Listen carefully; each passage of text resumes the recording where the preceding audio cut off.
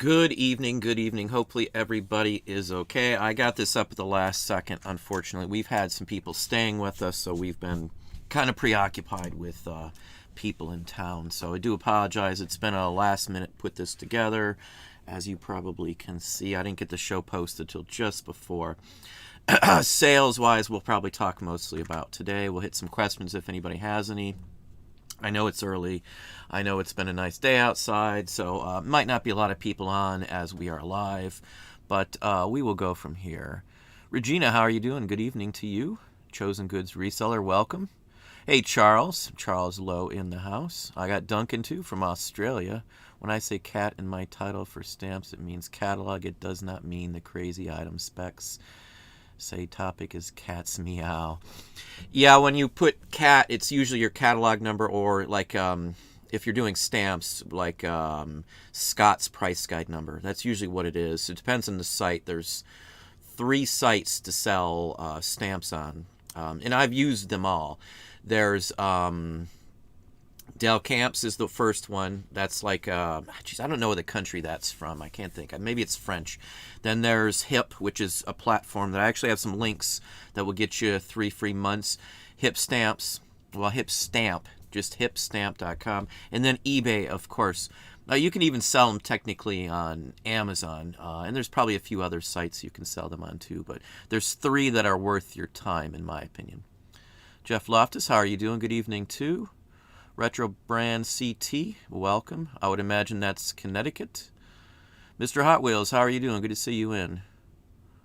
Hudson Resale, welcome. Hudson Valley, New York. I've been through there. I got Marty, Jiminy Flip It, and I got Annie right below. 2 people who have some channels.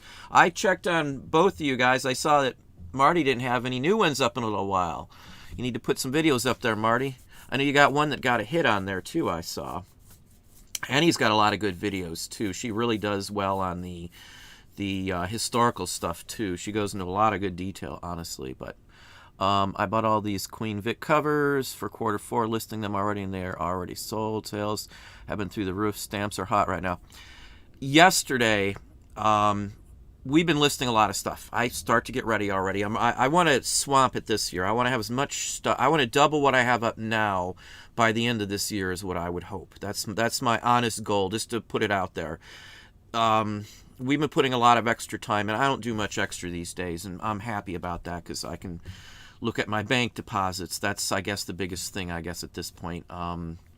We got some medical things probably coming up and stuff like that, too, so I don't want to have to worry about anything either way stuff goes. So sales-wise, yesterday was well through the roof. Yesterday was over 1,200 just on my normal channels.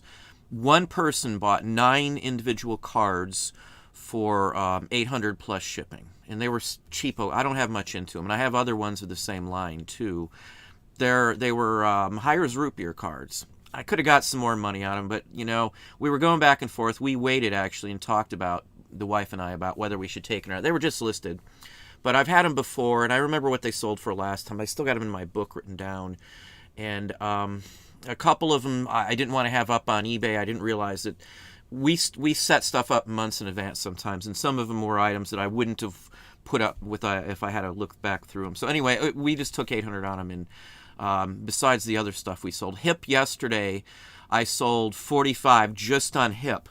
I know that may not sound like a lot, but we sell, it's on average like every single day of the week, so I really can't complain at all.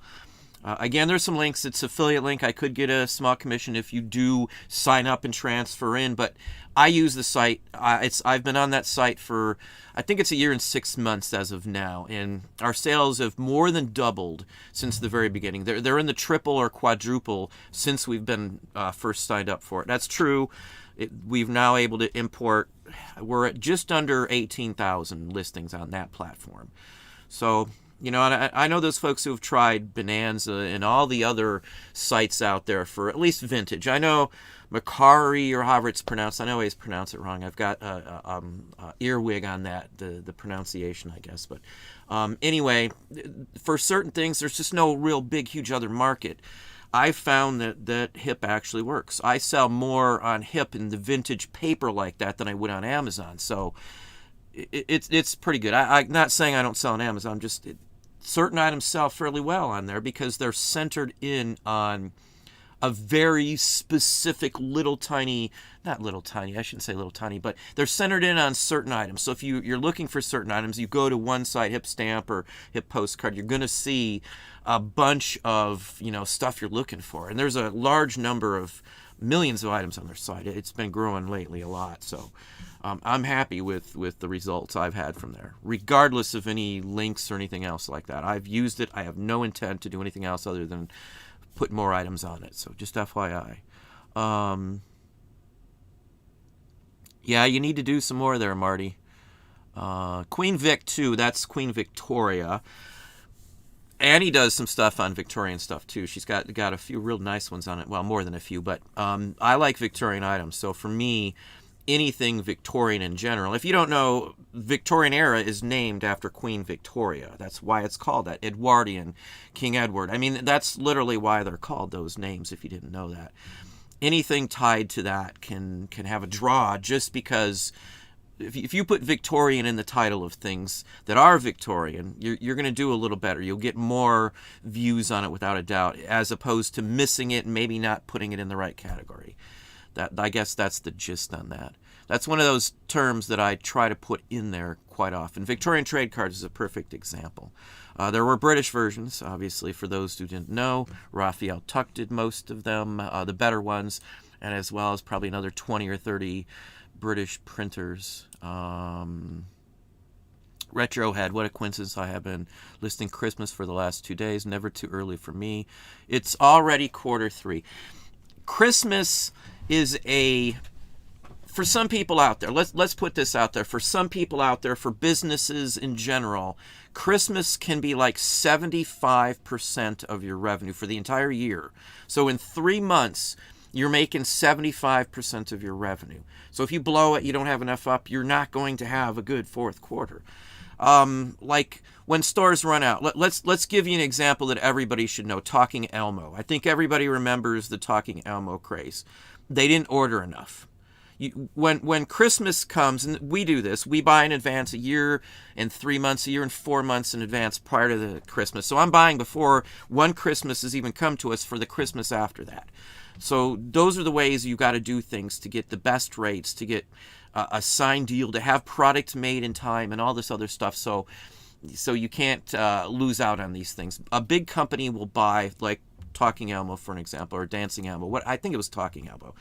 And they buy them in advance. They ran out. And this happens with all kinds of products, because who would have thought that would be the hot gitchy item of the season? So a lot of that kind of stuff plays into advance. It's way in advance.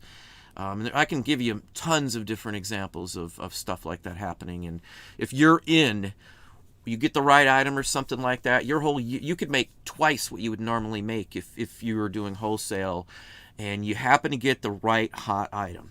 Get a good chunk of them and be one of the last players with them in-house. Again, I buy stuff in advance. We set it aside. Certain things I hold off. Certain things we list all year round. Christmas stuff I list all year round. We sold 2 or 3. Actually, I sold 4 Christmas. 3 of the postcards I sold on Hip were Christmas postcards for 12, I think, bucks or higher.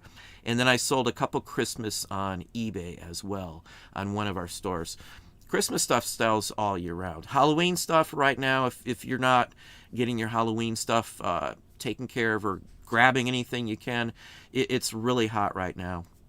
For those in Patreon, I do see several Patreons right here, quite a few actually. I just posted a new video. I'm a hair behind. We actually have some folks staying with us right this minute. They came in for the holidays. There's certain, obviously, I'm sure you have friends and family that most of you that you would, invite to your house. And anyway, I've known them for many, many years. So anyway, we've been kind of preoccupied. I'm a little behind, but I'm going to get to everything else in Patreon by then. It's a longer video. I think it's almost 40 minutes. At the end of the video is a really, really good bolo that I'm almost sure there'll be a high percentage of people able to find, or at least some in that area. So anyway, it's mostly bolos, but that's what's up. Let's see here. Let me pop back down. Semper Fi, 1918. Marines, World War I. Thought I'd change all my listings to shipping and no free shipping. Got a low bid, which put me If accepted, a loss in goods plus 50 cents in shipping, net gain of negative 350. Whenever I do like shipping, I charge shipping on all antiques and collectibles. The only thing I didn't charge shipping on was on, there's a few things on Amazon. There's also mostly clothing, I could say. I don't think I have anything in my store right now at all, the one I share, that has anything with a free shipping on it. I don't think there's anything. You got to figure that in. You got to pay attention to that. Usually I'll do far better by setting a price and then charging shipping on top of it. I'll give you another example on why that is, and I hear it constantly from people who are new and stuff. What people do is they'll figure in shipping to their items. Maybe some items they will, some items they won't, or they're new and they'll just try and figure it all in. Something may change or something like that. An offer may come in and you're not thinking that there's free shipping on it. You'll accept an offer, and by the time you deduct the shipping costs, or you were wrong on the shipping by weight or something, you put in the wrong amount, at the end of the day you could end up losing or not making much money on it. So again, time is money. You need to make as much value for every minute you put into your business. Your time is worth so much. An hour of my time is hundreds of dollars, and that's not like a brag. That's just factual. If I'm doing something, I'm usually making a set amount of money. Just like if I have employees here, if they're doing something, they're making a set amount of money for me. Whether they list for part of their shift and then they do something else that's non-revenue related, which I've got folks helping with some of the animation video we got working on. I've also got the Pink Panther video that we've been shooting a lot of animation from the material we have, and I've been putting that together and stuff. So I do a lot of stuff besides this. You got to have a value for your time, no matter what you do, and careful with that, I guess, is the point. You got to be careful with how you figure out your shipping. And again, I hear this constantly, but by the time the shipping's done, I'm not making any money, or I'm losing. I didn't calculate it right. I didn't figure in the box weight. If you're shipping something heavy and you only weigh the item, just the item, you don't weigh it with shipping, you don't add an extra for boxes, you could lose like 3-4 pounds possibly, depending on how big the item is and how much cushion you have to have into it. If it's something big going across the country, that could deduct $10 from your, maybe even more if it's going from like where I'm at, Ohio, to California to CA or something like that. So I learned my lesson. I've messed up, big time when we first started off trying to figure out shipping. I've messed up some on Amazon when I first started out too, because I had it set and it wasn't calculating right, and I didn't understand how it worked the first time I did it. I figured out after one time of messing up on the shipping costs on Amazon what I needed to do, and I dug in and I shut it off. I think I turned it off or put it invisible temporarily, I think, until I figured it all out. And I spent the whole next 2 hours watching every single video, every single thing I could figure out. That's years ago, but let me pop down here. I haven't had any luck with HIP yet, but I'm going to not going to give up. Quantity, I guess, maybe. I've got a lot of stuff up. In postcard standpoint, I've got right at 4,200, I think, postcards on HIP. Same ones on eBay, obviously. But I think out of those, I sell on average maybe 5 a week. At least just on HIP. I saw a lot of trade cards on HIP too, luggage labels, cutouts, die cuts. I sold some die cuts out of there too. So it's a broad range of stuff that HIP imports. Most all paper in the collectibles category seems to import. I've been trying to get a list together, but I guess the way the API locks together, you can't just... It's hard to figure out every single one, and I know they don't want to give out bad information, so I'm just waiting for a final tally on that. It depends again too. With HIP, they've got HIP postcard, HIP comic, and HIP stamp. I haven't done much on the HIP comic, so I can't give you an honest on there. And HIP stamp, same thing. I mostly hang on to most of the stamps I get these days. I've been into stamps since like 1980 or something like that with Boy Scouts and stuff. It's gone way, way back. Let me pop on down here. I've noticed increase in sales since I was put in managed payments 2 weeks ago. I can't say why. So many sellers are complaining about managed payments. I know there's still a lot of folks that didn't get into the managed payments. There's some people that dropped off. They said they're just not going to mess with eBay. They tried some other platforms and stuff like that. it's hard to say comparatively. I just gave up tracking it because there's nothing I can do at this point. Me trying to compare or figure out or anything else like that. I can tell you that year over last, I'm fine. So in year over last from 2 years ago, I am fine. So I can't see as it's what's hurt my any type of sales, or probably most people's, I think, is the search changes due to item specifics, and that specifically alone is what I feel has been the biggest detriment to buyers and sellers, because buyers can't just type something. And if you're in Terapeak now, it's forcing you to sit there and click buttons and all kinds of stuff just to sort through a category, and you got to wait. It takes like twice as long. I don't know what they're doing with Terapeak, but they used to have a feature on Terapeak where you could just hover over photos of closed items and see them at least big enough to determine what it is without having to, 2x, 200x your monitor. I mean, if you don't know, if you can't figure out on you're looking at Terapeak, just here's a quick FYI. I just blow up the image, my screen to like 200-300% so that your thumbnails for items that you can't look at anyway, you can see them a lot larger. Just I have vision issues, so I do it bigger some of the time, like right now anyway. So just FYI. Where are we at? I want to get to some folks. Semperfi 1918. Duncan, my sales went from a month ago, 30 sales as a new seller, to a whole 4 in 3 weeks. Summer is here, though. Again, I don't want to... Summer can make it or break it for a lot of folks in many different ways.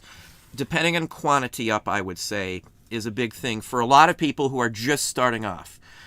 If you've been on for a long time, I know people that have just a handful of items and make more than I do on comparatively to like my vintage store or something. They make more than me in just a handful of items. I've got 3 items that we've been selling forever that routinely make us money. It's not a fortune, but it's a pretty steady income for some items we sell over and over again. If you know or are lucky enough to find the right items, you can do eBay with a lot less items. But I can tell you without a doubt from talking to, no exaggeration, I've been on for like 3.5 years on YouTube, probably thousands of people I've talked to or conversed with in one way, shape, or form. And most people's experience is that they have to have more and more items to keep it revving up because they're not able to find enough quantity of $500, $1,000 items to keep the revenue coming in.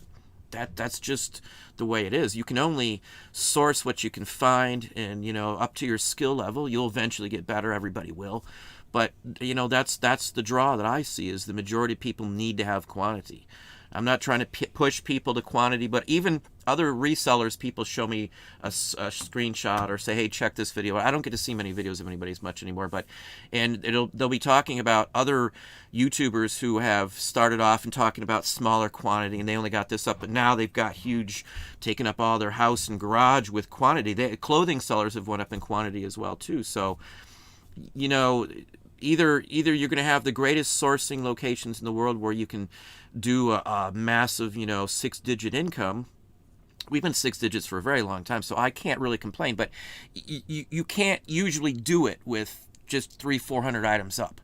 Most people can't, unless you're like top end, high end, antique expert, and you know the best sources, and you've got the biggest connections in the world. Because I know a lot of resellers, and I don't know many who go on small amounts of listings. So if you're just starting, this isn't to discourage anybody. This is what I've figured out and what works for me. It may not work for you. You may have great sourcing, but I have to go with quantity. Yeah, I could spend less on labor, or I could spend less on list time and try and source or combine stuff and put it together. My footprint matters to me as well too, which that's tomorrow's video. I was going to put it up yesterday, but family, we went out and did some things out on the river, and anyway. So, there's more to this than just getting a whole bunch of sales, and we've got future projections we're looking at. I'm not just looking about turning a bunch of stuff over. I'm looking to get this into a big professional full-time business. I don't want to just worry about rolling stuff over constantly. I want to build stuff around this and get it going, because you never know what's going to happen. You've got to have you can't have all your eggs in one basket is the point. Let's go back. I know I ramble a lot. That's just me. Mr. Hot Wheels, question. I have about 20 vintage celebrity 8x10 negatives, Bruce Lee, Lone Ranger, etc. If I made photos, am I violating? Yes, you are. You are 100% violating trademarks with it. Are you saying the 8x10s are they 8x10 inch transparencies, basically like a negative that's literally 8x10 inches, or are they made to make an 8x10? I guess is the point.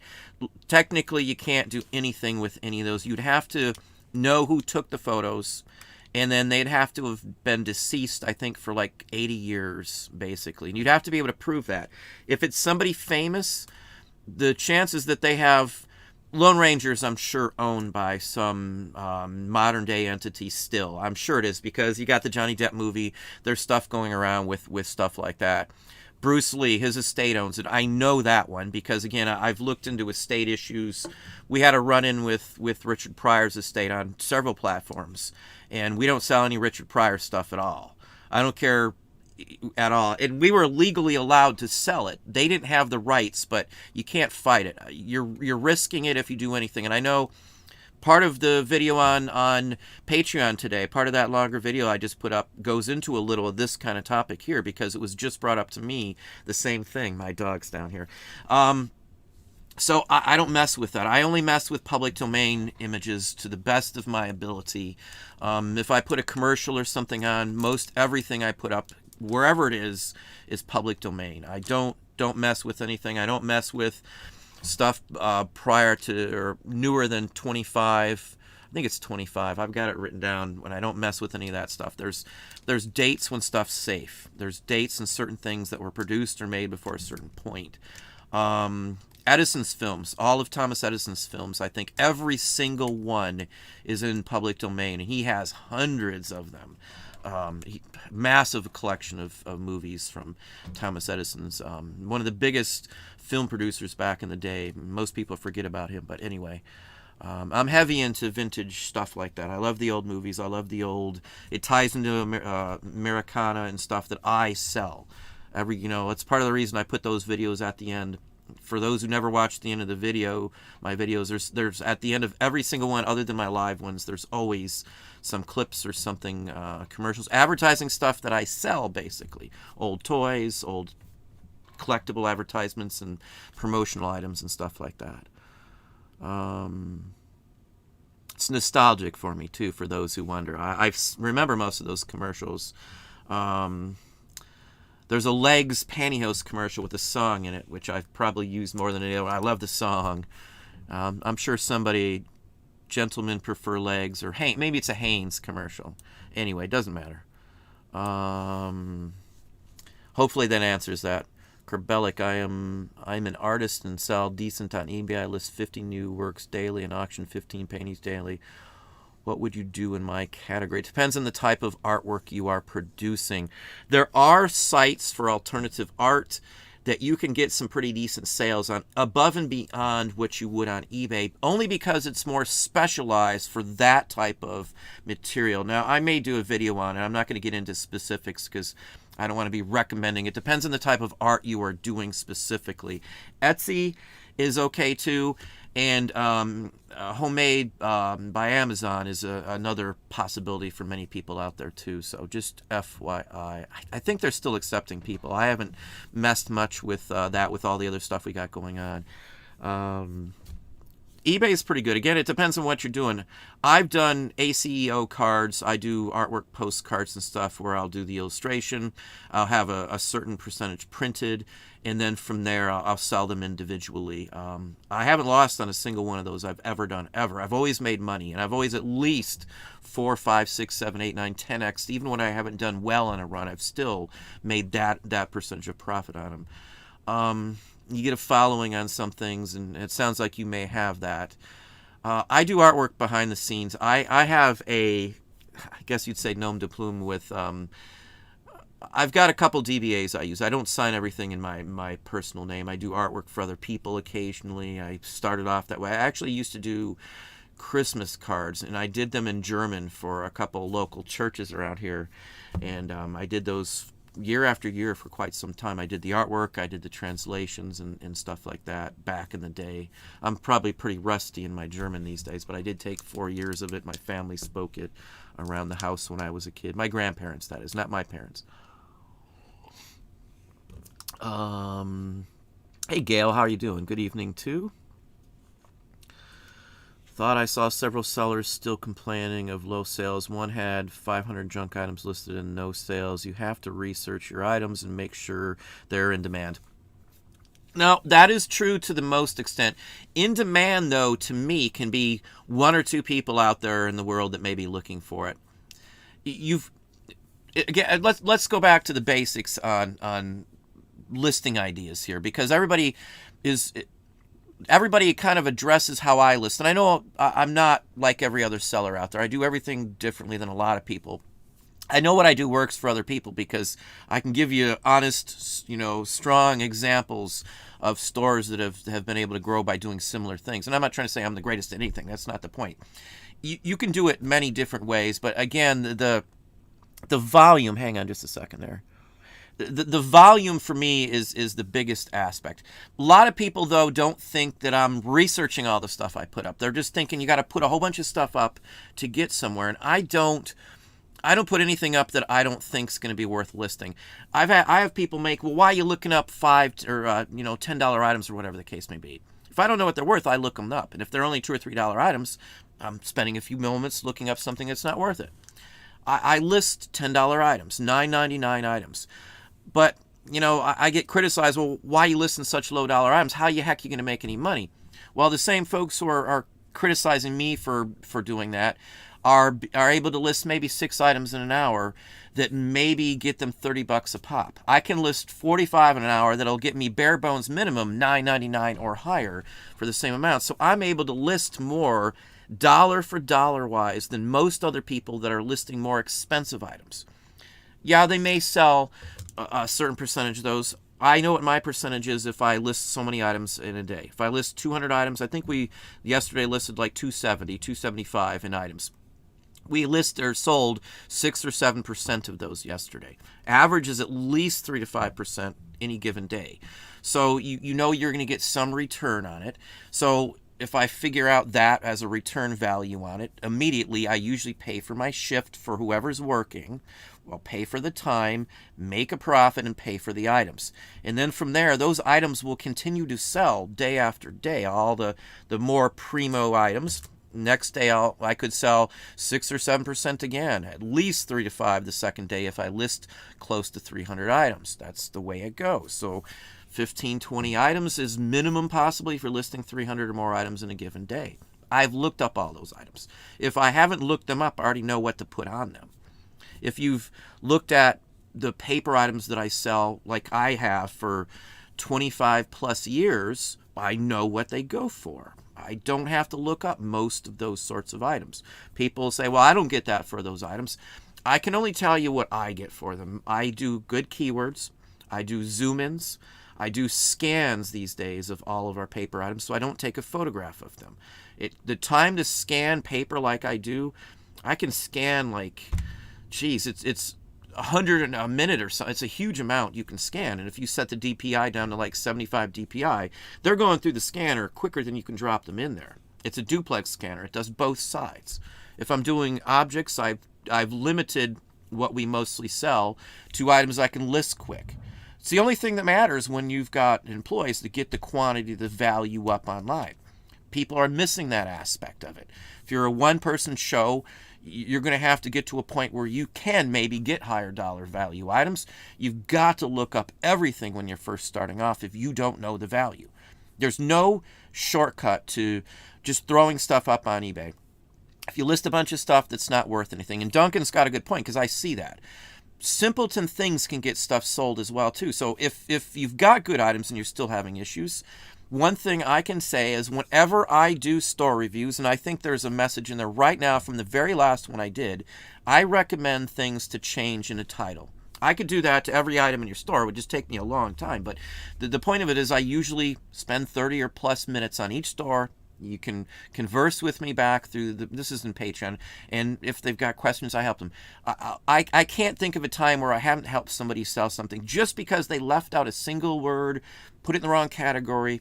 And a lot of the times when I see stuff like that too, on top of not, and this isn't criticisms towards anybody. I've looked at so many stores that I can tell you overall, a lot of times too, when I'm looking through somebody's items, I tell them to raise the price. And sometimes it's 3 and 4 times what they had on it. They need to raise the price up, and then they sell too.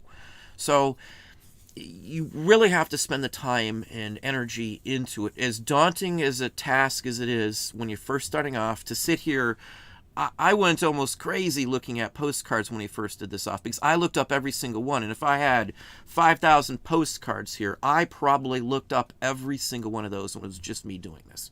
I spent waking hours going. That's why I don't care about TV. I don't watch TV. I very rarely watch a movie unless it's like a family movie these days. I'm so much more into research and the fun and all these aspects of it. That's my thing, I guess. So I don't mind spending the time, and I don't have to as much these days. Most everything that I sell, I've done for so long that you'll know that too. Anybody out there, if you've bought the same book 3 or 4 times, you're going to know what it's worth. The wife just grabbed a book here, and I forgot that we bought some signed first editions, and it's I think it's Lasher. It's an Anne Rice book, and I got a whole bunch of autographed Anne Rice books. I know the price on those by heart because we personally got her autographed on some books ourselves when we met her at Disney at White's Books, but I know the price of those books. I've sold probably 60 or so Anne Rice first editions with signatures on them. Stephen King, I could probably tell you most of those. If you sell the same thing over and over and over and over again, you're going to know it. You just have to keep looking it up until you know it. Repetition for me works great. If I'm studying like in college or something, I got good grades because I like digging into it and knowing the information. I don't want to just scrape by looking it up and hoping I'm right and not digging into the stuff. I spend more time researching these days than a lot of other things I do. Researching where I'm sourcing at, like targeted sourcing and stuff. That's why I can get stuff that other people say you can't get. I could pretty much guarantee in almost any place I go or have lived, you can find the same stuff. I've sourced in California, Las Vegas, Mississippi, Alabama, Louisiana, Georgia, and in several places, Valdosta, Glen Burn, Atlanta, all through Florida, Ohio, Michigan, Indiana, Kentucky, Tennessee, because I was in Tennessee, Knoxville for 2 months, Boston, and through most of New England we've sourced, and we found the same stuff everywhere I've went. It's just the way it is. If you can't find the vintage, I would say you're not looking at the right markets. Most areas, whether it's I'll drive an hour to get to a good vintage sale, like a big, huge antique flea market or something like that. There's one that happens out this way that I go to that's an hour. I haven't been to it in a little while, but that's an hour away. Another one that I go to is at least 35 minutes in just one direction. And I know who's going to be there. I know some of the vendors. I've dealt with them for years. You know, you got to just figure that out, I guess, is the biggest point. If you're enjoying the conversation, please hit the thumbs up. I'm not going to be on I'll be, by 8, I'm going to have to cut it just because they're leaving and in the morning, and we wanted to, hang out for one last evening. But anyway, where are we at here? Can you list Valentine's cards on Hip? Yes, you can. Donald's Discoveries. If you want... in fact, that was one of the last store reviews. If you want to do it and you're on eBay, list them on eBay and do the auto sync with Hip. And every item that you can list on Hip postcard will import automatically. If it sells on Hip, Hip will automatically end it for you on eBay and put the word sold in the very beginning of the title. So you can't accidentally sell it again. And if for some reason you mistakenly relist it and don't pay attention, just type the word sold in and you'll find your listings instantly. And you can instantly check that anytime you want. It works perfect. I've never had an issue with the sync Again, I do get a commission if you use that link, but that has nothing to do with me talking about it. I've used them well before I've ever talked to them. I have never honestly and sincerely ever had an issue with the sync, and everybody else who I've talked to well, I'll take, there's one person that couldn't get something in, but I think it was determined that it was an item category that they had it listed in, or eBay switched the category from one to another. I'm almost sure that was it, but other than that, I haven't had or heard of anybody having an issue. If you list it on eBay, you got it on 2 sites if you do HIP. Let's just put it that way. And that's the point, because it auto syncs. You don't have to just worrying about listing it on HIP. You list it on eBay, and then eBay pulls them all over, or HIP pulls them all over to their site, and it works perfect. I wished a lot of other sites did the same thing, and we'd all be set. You know, if eBay and Amazon did a API together, you could just pull a API through them, and you'd be all set and ready to go. Cold here in Sydney, 3 days of rain ahead. We are in lockdown because of Delta strain. Yep. Our state's like pretty well vaccinated. The death toll here, and this is on the news, not just one channel, but everyone, so I'm not trying to be political in any way, shape, or form, but 99.92% of deaths in our country right now are only coming from people who are not vaccinated, and that's just the facts. One state, nobody who has died, and they had hundreds that have died, nobody who had died was vaccinated, or was vaccinated. All the deaths in one state, I can't remember what state, maybe it was Maryland, all the deaths were for folks who didn't have the vaccine. I mean, I have it. I've got a son. I'm not risking anything. He's got heart issues, and I've got my issues too. So, but anyway, science is there. I have faith in the science, so. Let's see here. Good evening, Lakeland, Florida. Kevin Hawthorne. I've spent my time in Lakeland, Florida. We've sourced out there as well. Letha Eller. Patreon is another site that I have and do videos for. Just go to Patreon. You can look up the Auction Professor. I should have links, I think, actually, in maybe the description box. Let's see here. Just an inventory, transitioning my reselling business to deal small items just because of space saving for storage. Storage sheds are getting expensive. If you were starting anew, would you suggest wholesale buying? I would personally say wholesale buying would be something that you'd want to be more experienced with doing, I would say. That's just my take on it. You'd want to understand how the sites all work. All that kind of stuff, I guess, would be the biggest aspect of it. And if you're not familiar with everything, you don't understand like zero quantity and all that kind of stuff, I would spend my time understanding the site before I jump into wholesale. You'll be better off at understanding how to, I guess, figure out pricing, figuring out what's safe. Like if you get into wholesale and you make a bad purchase, you're out that money. You pay it up front most of the time. Once you've done it for a while, you can probably get away with doing like 30 days, same as cash, like a bill of lading or something, or something along that line. That would be my personal take on it. If you're unfamiliar with all that aspect, you first off, for wholesale, you're going to need a EIN. You'll probably have to have, a separate business bank account. You may even have to have like a letter of security from the bank or something, even stating you can cover loss or anything like that. Business owner's policy would probably be something you'd need to require, especially if you were paying, in 30-day payments, or something. Because if it's not covered, the product, and you're acquiring the product and still owe them money and you don't have insurance on it, they're probably not going to let you go through with that purchase from them in the first place. So when I'm digging into stuff, I made sure I bought wholesale for businesses when I worked in restaurants and retail. So for me, it's no big deal. I've had to do the contracts. I've had to do purchase orders for 30 some odd stores at once. I bought all the supplies. I bought anything they dealt with. If I was ordering kitchen knives, let's say, I was ordering hundreds of them for all the stores. You might have to order like 12-inch veggie knives or something. You might have to order 100 of them, and that may not sound like a wholesale order to somebody, but you're talking knives that cost $120, $130 a piece, and it's 100 of them or more, a couple hundred if you do a deal with another region so you can get the cost down. And It's a game. You gotta, I guess, know how to play the game with wholesale, I would say, because you can lose your teeth on wholesale. You could buy a bad item and, be SOL. I guess that's the point. Smalls, though, for me, getting rid of clothing was probably the best thing I ever did. Getting rid of it took up so much space. In the amount of one bin, one single, what are they, 50, I don't know how many gallons those things are, the big, huge tote bins that everybody's probably about the same size, but in one of those, I can fit, paper listing-wise, 10,000 listings, maybe even more than that. A lot. I know with like the buttons and stuff, I could probably fit, I got 3,300 listings up and just buttons. I could probably fit in, maybe 8,000 in one of the clothing bins. 8,000 individual listings.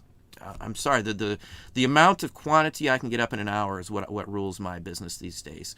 And I don't care if I've put in the extra investment into labor or time or anything else like that, because it always pays for itself. If it didn't pay for itself, I wouldn't do it. Why would I do it if it didn't pay for itself? But this way, it's all passive income. You list, 45 items an hour. Those are honest, legitimate amounts. You can look. I got videos showing it in paper, because you're uploading a couple photos. You keep everything tight together within the time frame. I'm listing in similar categories. I only have to change a couple words. Prices sometimes could be the same for 50 items in a row. So there's a lot of things going on with that, I would say. So anyway, again, if you're enjoying the conversation, please hit the thumbs up. I got 180 some odd people in the house. I got 68 thumbs up as of now. If you are enjoying the conversation, please hit that thumbs up for me. Let's pop down and see what else we got going on. Treasure finders, I barely can read that. Try, I guess. How are you doing? Alicia, how are you doing as well? Black Crystal Dice, welcome back in the house also. I've been in collecting stamps since the mid-70s. Yeah, 70s probably, 79, 80, somewhere in that range. My father gave me his collection that he had since, I don't know, it goes way back. Waltzing with Crystal. How you doing, Crystal Walters? How are you doing this evening? Good to see you in as well. Vintage Hunter 74. How are you doing?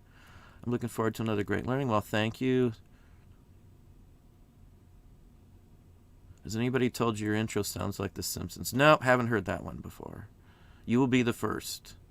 On eBay, I never need more than 400 listings. The stuff sells as fast as I can get it in, but I have hundreds of repeat buyers. If you're selling common stuff, you're waiting for one new buyer every time. Yeah, it can be. That's definitely right. Again, like Duncan's got a limited amount of stuff. He's got sourcing for the items that he sells. If you don't have the sourcing, what are you going to do? That's the point. That's why quantity for most people is the safest bet, I should say. You're not just relying on a limited number of things. And when you have quantity up and you broadcast it across other platforms, each platform has a different draw. So many items could sell that way, for just sheer quantity up. If I didn't have all the items up, I wouldn't probably do as good as I am on other sites too. Like HIP, for example. Quantity is a sure thing for me. And it's, the fee, I think it's $20 a month I pay now, but I'm selling, I got 18,000 items up there. I've always made a good profit. One day's worth of sales and HIP pays for everything, so how can I complain? I got 29 or 30 more days left in the month for most months to sell stuff, and I pay for my fees in one day usually. Again, having multiple revenue streams is also key. Something happens, somebody shuts down, things change, market dries up. Having other items up is always a good plus in my book. Sure, it'd be nice to be able to list only 400 items and be making 6 digits every year, but I haven't been able to figure out how to do that. I'm not that good. And again, Duncan specializes in stuff like that with sourcing people.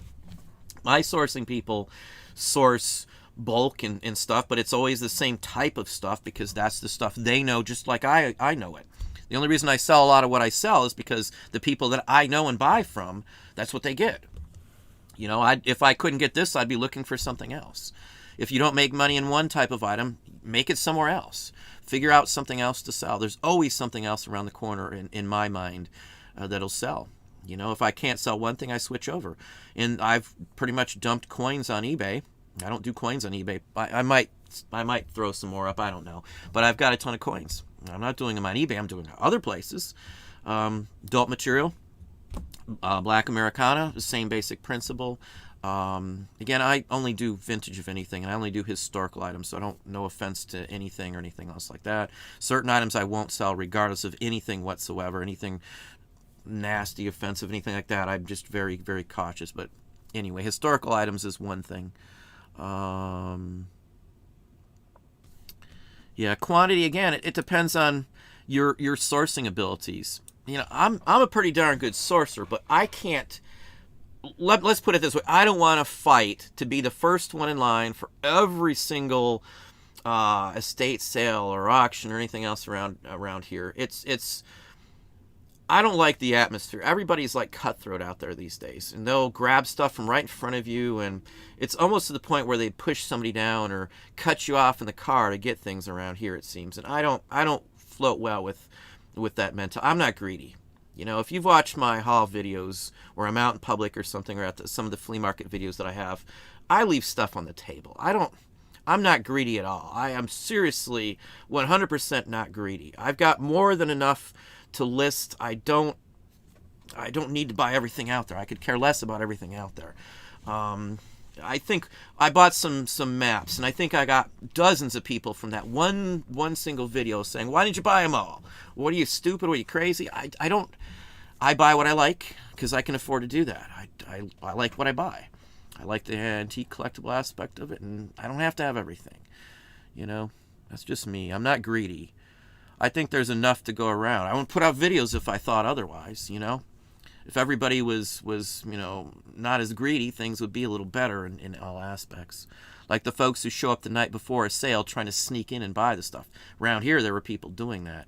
I did hear one of the ladies who was doing that passed away. I don't wish her any ill harm whatsoever, but somebody else told me that they're not doing that anymore, so I don't know. I still hate waiting out at any sale. It's literally a fight, and people push. Around here, if they can't sneak in the night before at like an estate sale, they'll be like a team. One person will like wait from like 11 o'clock at night, you know, and they'll switch off, or at 3 in the morning, and then they'll switch off like at 7 or 8. Or one person will go to one sale, and it's just that people do a lot of crazy stuff. I know they want to be the first one in the door, but I don't. If I miss something, I miss something. A lot of times when I've missed something, the next thing I walked up on was some horrendously good item. You never know, you know? And sometimes when they're rushing to get into some of these sales, if I'm like late, I'll just go to a different one and then come back, and I can still find stuff. You know, if you know enough stuff, you know, you can still do good.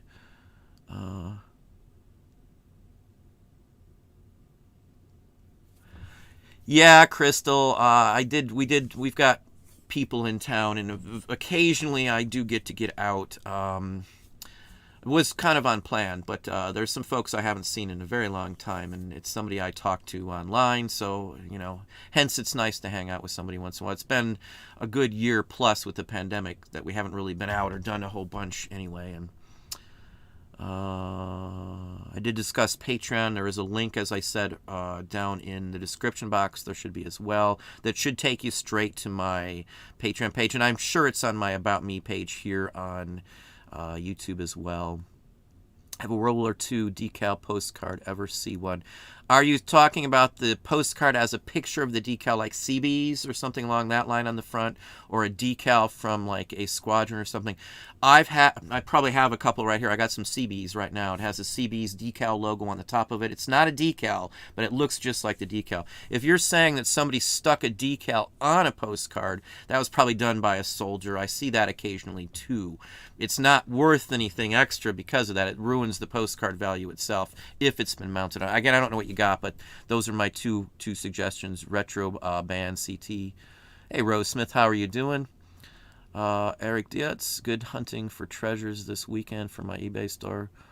Our channel is information educational and fun to be a part of. Well, thank you very kindly. Glad to hear. Oh, my girl, I love. Oh, thank you very kindly. TC Collectibles, thank you. Good to see you in house.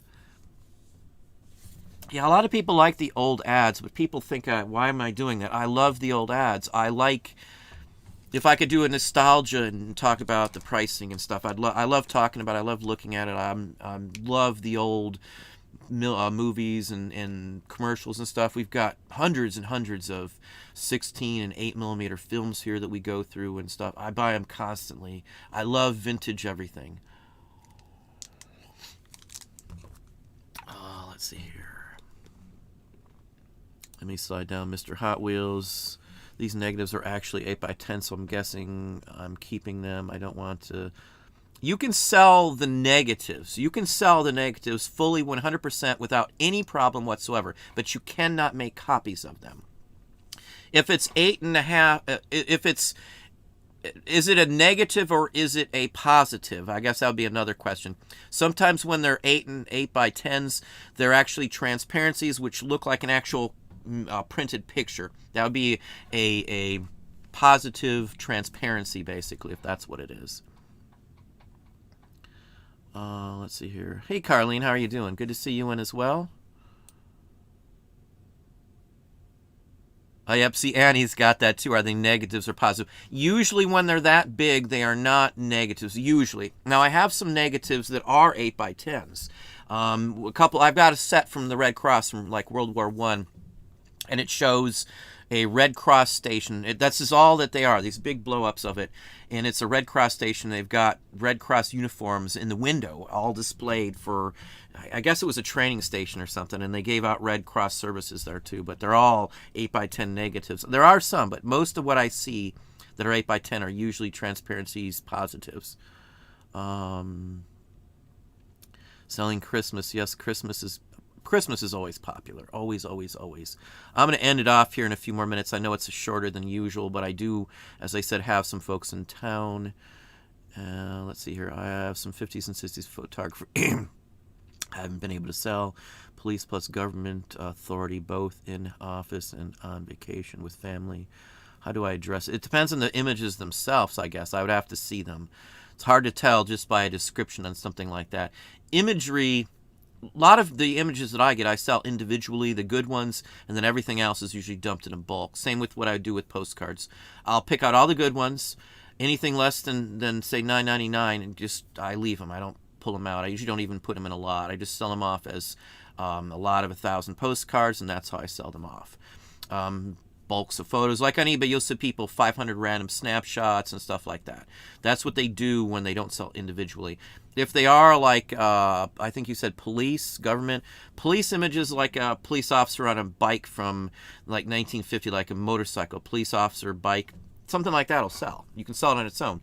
Downtown parades, downtown buildings, outside police department stations that don't exist and stuff like that. I sell a lot of police department items.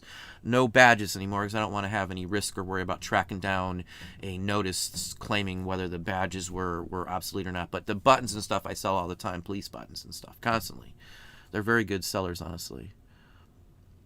Hey, Carlos, how are you doing? So thank you as well. Stardust Memories, how are you doing also?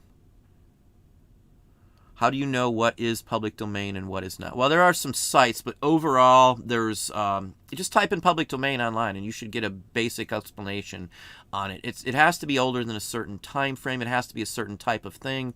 Anything newer than 25 with music, don't touch, unless it's fallen into the public domain.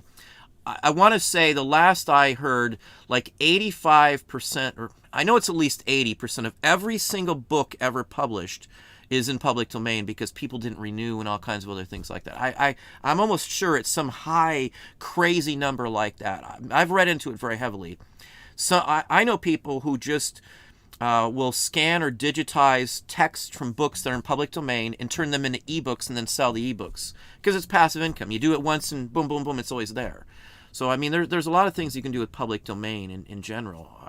Public domain is a way that on eBay, if you look through certain categories, like 20% of the entire category are public domain items. It's that much of a thing. Victorian, like lighters with Victorian images on them, or Christmas angels from the Victorian era that people have recreated to do labels and cards and stuff. It's all over the place. You just got to know and have an eye for what's the best ones to use, what you can use.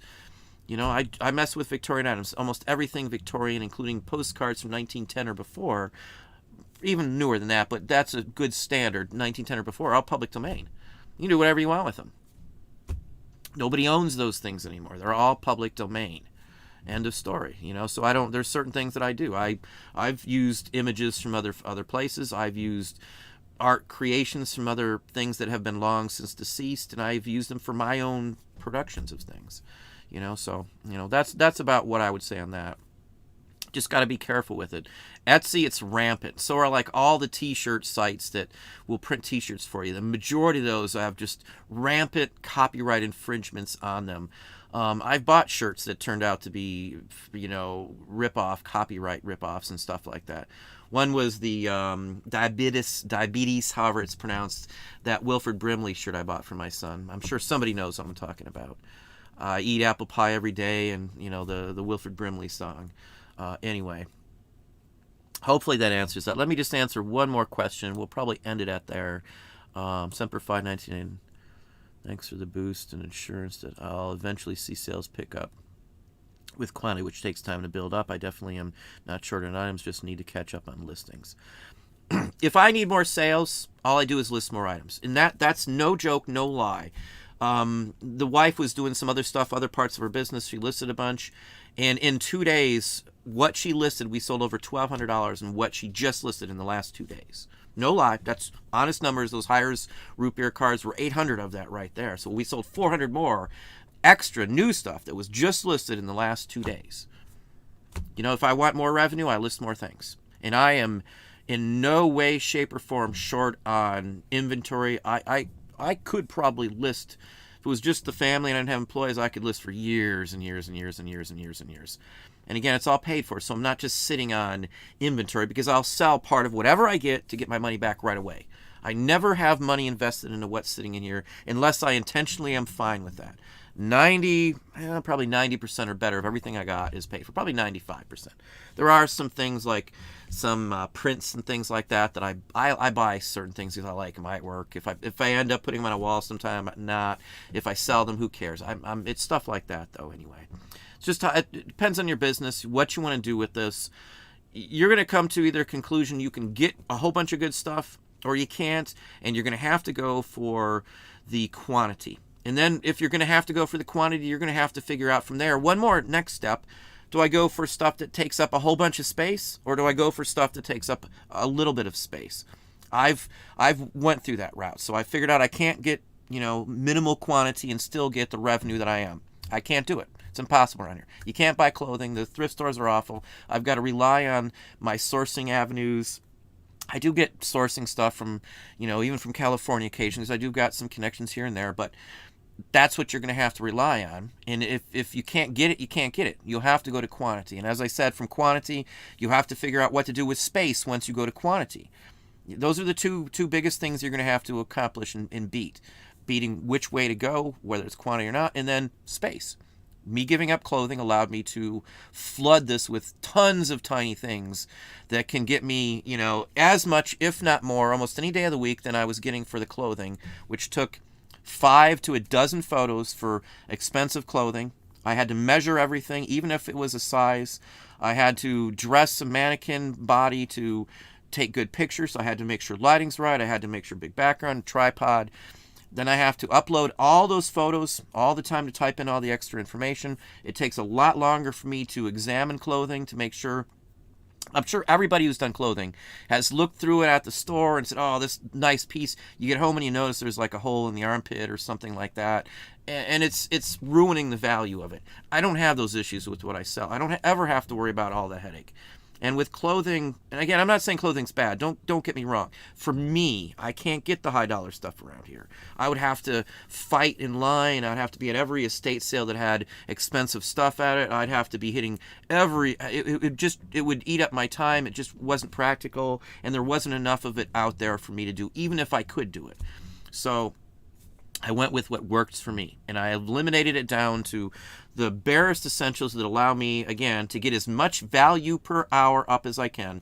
$450 or better, $450 or better an hour I can list any one of my people here. So if 4 people are listing, you multiply that times 4. What's that? $1,800 an hour if I've got 4 people listing is what goes up in my store. And bare bones minimum, that's at $9.99. If I'm listing $50 items all day long and they can list 45 of those values are up. You know, just like in buttons, I got $167,000 in buttons and 3,300 listings. Volume plays. I sell buttons 3-4 times a day, about on average, every single day of the week. And we're not talking $10 buttons. Questions or anything like that for those in Patreon, you can hit me up. If there's anything else on that aspect, just drop me a line as well. I do have another video scheduled, as I said, for tomorrow. It's going to give you another way to get more views and more leverage on eBay. It's something I've done for a very long time. I'm going to break it down for you as well. But we're going to let it go at that. If you've enjoyed it, please hit the thumbs up for me. Like, subscribe, and share with your friends.